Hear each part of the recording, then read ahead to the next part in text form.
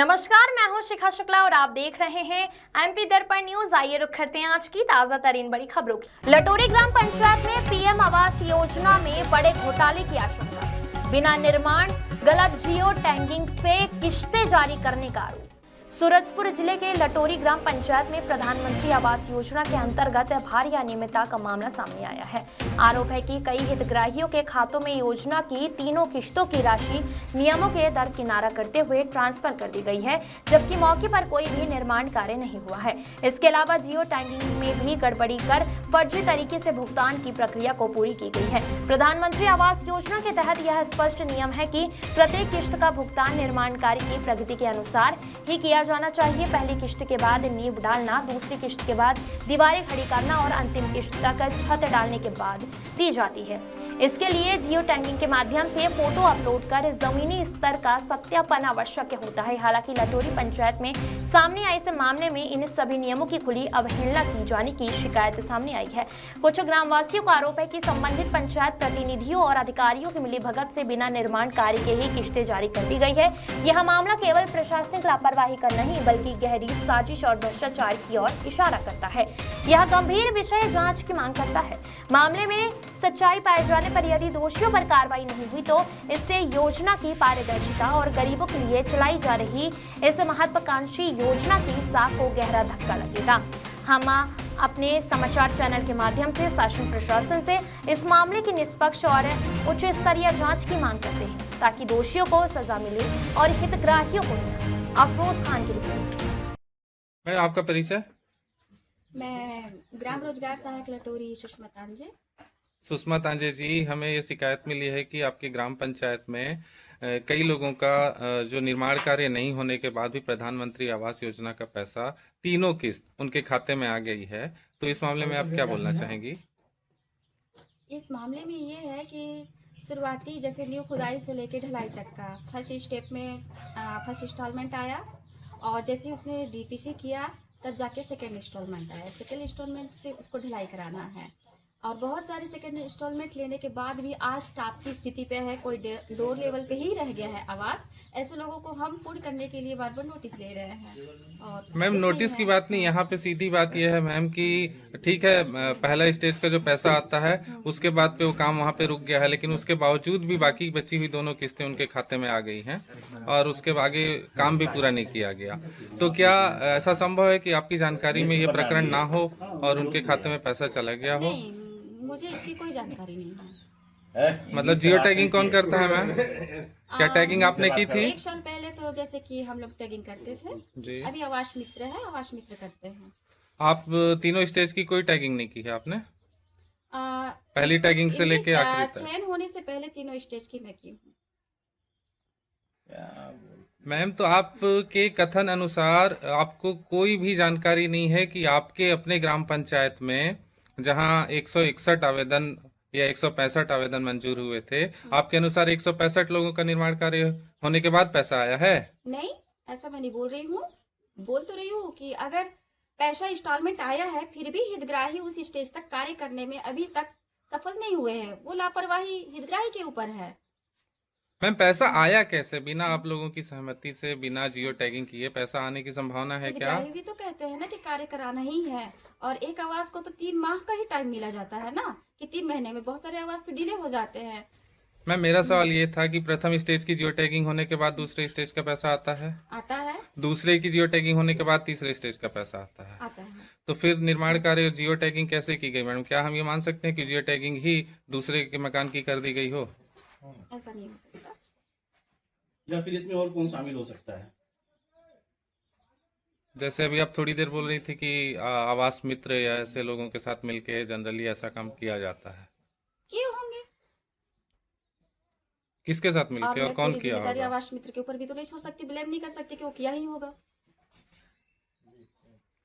आने का जो प्रावधान है हाँ, उससे हट के यहाँ पे कार्य हुआ है, तो इस संबंध में क्या लगता है किसके द्वारा यहाँ पे लापरवाही पूर्वक हुआ है या फिर ये मिली भगत से हुआ है? टैगिंग लापरवाही है सर, या फिर उस आवास को पूर्ण कराना है। अगर आ भी गई है राशि तो आप उस चीज को देखिए ना कि वो आवास पूर्ण होता है या नहीं। जो क्राइटेरिया फिक्स किया गया है उस पे हम बात नहीं कर रहे हैं। जो सिस्टम फिक्स किया गया है उस पे यहाँ पे चर्चा हो रही है। जो सिस्टम के दायरे में जो किस्त आने का जो प्रावधान है उस सिस्टम से नहीं आया है। क्योंकि जैसा कि सर ने आपसे सवाल पहले ही कर चुका है, दोबारा मैं रिपीट कर रहा हूँ कि फर्स्ट स्टेज का काम होने के बाद सेकंड स्टेज का आता है, सेकंड वाला कंप्लीट होने के बाद थर्ड का आता है। तो जिसका फर्स्ट स्टेज पे ही काम अभी अधर लटका हुआ है, तो उसके लिए संपूर्ण राशि कैसे आ सकती है? इसमें किसकी लापरवाही हो सकती है? जिम्मेदार देखिए, पर्सन कौन है? इसमें ना मैं अब एक अंदर की बात बता रही हूँ।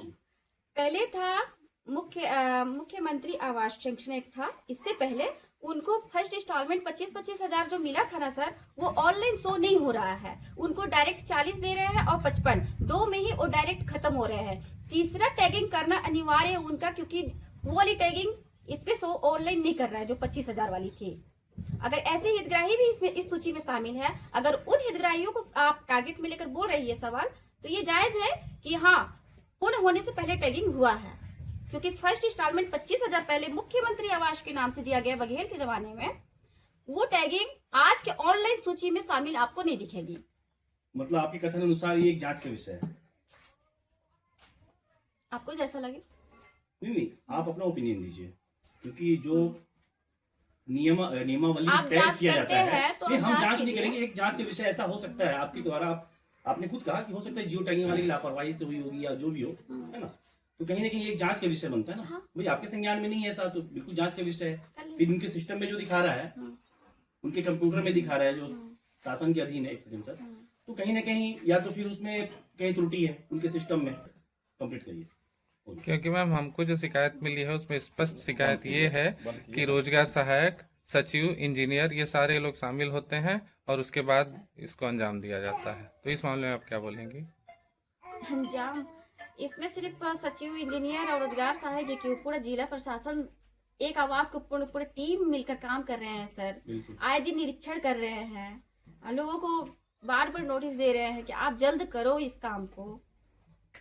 इसके बावजूद अगर वो आवास आज भी अपूर्ण है तो क्या कह सकती हूँ मैं। सचिव सर अपना परिचय बताएंगे पहले। जी, मैं पारसराम पेखरा, सचिव लटोरी ग्राम पंचायत। लटोरी ग्राम पंचायत में आप सचिव। हेलो सचिव जी, शिकायत आई है हमारे पास कि आपके ग्रामीण क्षेत्र में कई लोग ऐसे हैं जिन्होंने प्रधानमंत्री आवास योजना के लिए नामांकन किया था और बिना निर्माण ही उनके खाते में तीनों राशि एक साथ जमा हो गई है। तो इस मामले में आप क्या कहना चाहेंगे? अभी उस संबंध में तो मेरे को कोई संज्ञान में नहीं है। संज्ञान होने पर उसका जो है विचार विमर्श किया जाएगा। अच्छा, जब ये पैसा हस्तांतरित होता है तो जिस भी प्रोसेस से वो गुजरता है वो पेपर, तो उसमें क्या सचिव का साइन नहीं लिया जाता है? देखिए, उसमें क्या है, उसमें 3 सेटअप रहता है, 3 कैटेगरी के लोग रहते हैं। उसमें क्या है, जियो टैगिंग करता है, उसका अपना आवास मित्र है ना। आवास मित्र के जियो टैगिंग करने के बाद भाई उसमें इसका मूल्यांकन किया जाता है। हस्ताक्षर किसका किसका होता है सचिव जी? हस्ताक्षर उसमें किसी का नहीं। अच्छा, सचिव उसमें कोई हस्ताक्षर नहीं करता है? किसी का नहीं होता है। इंजीनियर भी कोई हस्ताक्षर नहीं करता है? वो उसका मूल्यांकन करेगा। मूल्यांकन करते हैं तो जियो टैगिंग में जहां तक हमें ज्ञान है कि जियो टैगिंग में स्थल पे जाके आपको लोकेशन के साथ जो किया जाता है उसको जियो टैगिंग कहते हैं। तो जब निर्माण ही नहीं कंप्लीट हुआ है तो फिर जियो टैगिंग दूसरे स्थल की ली गई क्या? मैं तो उसमें भाई वास्तविक से जो निर्माण होगा उसी का तो जियो टैगिंग होगा। तो यही तो शिकायत है कि निर्माण तो हुआ ही नहीं है। ठीक बात है। और तीनों राशि एक साथ हस्तांतरित हो गई ठीक है। बात है। उसमें हो सकता है जो जियो टैगिंग किया होगा उसमें मिली भगत हितग्राही के माध्यम से ये जियो टैगिंग करने वाले के साथ मिली भगत होगा, ये भी हो सकता है। जियो टैगिंग के समय आप उपलब्ध नहीं थे क्या? भाई संज्ञान नहीं है, हमको संज्ञान में नहीं है। अगर इस प्रकार का किसी प्रकार का कोई गड़बड़ हुआ होगा तो उसमें पंचायत का स्तर से कार्रवाई करें। जब किसी भी हितग्राही के लिए ये स्वीकृत होता है आवास, तो इसकी पूरी प्रक्रिया क्या है? आप शुरू से अंत तक इस पूरी प्रक्रिया को दोहराएं एक बार। और आप जिम्मेदारी इसमें कहाँ पे आती है? देखिए, जो हितग्राही का कोई भी पंचायत के कोई भी किसी प्रकार के योजना के बारे में हो, चाहे पीएम आवास के बारे में हो, पेंशन योजना के माध्यम से हो, वो ग्राम सभा सर्वे सर्वा होता है। जो ग्राम सभा तय करता है उसी पर ही स्वीकृत के बाद इसका दिशा निर्देश क्या है? स्वीकृत होने के बाद की प्रक्रिया बताइए कि नहीं विस्तार से बताइए। देखिए भाई, किसी शासन का जो योजना है, योजना का लाभ उसी को दिया जाएगा इसकी जो उचित प्रक्रिया क्या व्यक्ति है? होगा, हाँ। है ना। और उस योजना का लाभ किसको मिलना चाहिए वो ग्राम सभा तय करेगा, और ग्राम सभा तय करने के बाद उसको लाभ मिलेगा, है ना। मेरा सवाल ये नहीं है, मेरा सवाल ये है कि इसकी पूरी प्रक्रिया क्या है? स्वीकृत हो गया, अब उसका निर्माण कार्य शुरुआत होगा, कैसे होता है? इसमें आपका रोल क्या क्या है? भाई उसी जी को बताया। भाई आप किस योजना के बारे में बता रहे हैं? किस योजना के संबंध में आप पूछ रहे हैं मेरे से? बताइए ना। पीएम आवास योजना। हाँ भाई, पीएम आवास के तहत जो है ग्राम सभा के माध्यम से हितग्राही का चयन हुआ। चयन के हिसाब से जिला प्रशासन शासन के द्वारा उसके नाम में जो है चयनित हुआ व्यक्ति, और उसके नाम से जो है राशि आने का प्रपोजल तय हुआ, और उसके खाता में मान लीजिए पैसा आ गया, प्रथम किस्त आ गया, सेकंड किस्त आ गया, तीसरा किस्त आ गया। वो काम करने के हिसाब से आता है, बात सभी सच है ना। निर्माण कार्य हुआ ही नहीं है। यहाँ पे सवाल ये है कि जिस व्यक्ति का नाम है, हाँ। निर्माण कार्य उसका हुआ ही नहीं है, स्थल पे है ही नहीं वो, तो फिर उसके खाते में तीनों किस्त कैसे आए, कुछ बता पाएंगे आप? तो उसमें हो सकता है कि जियो टेकिंग करने वाला व्यक्ति और हितग्राही का मिली भगत होगा।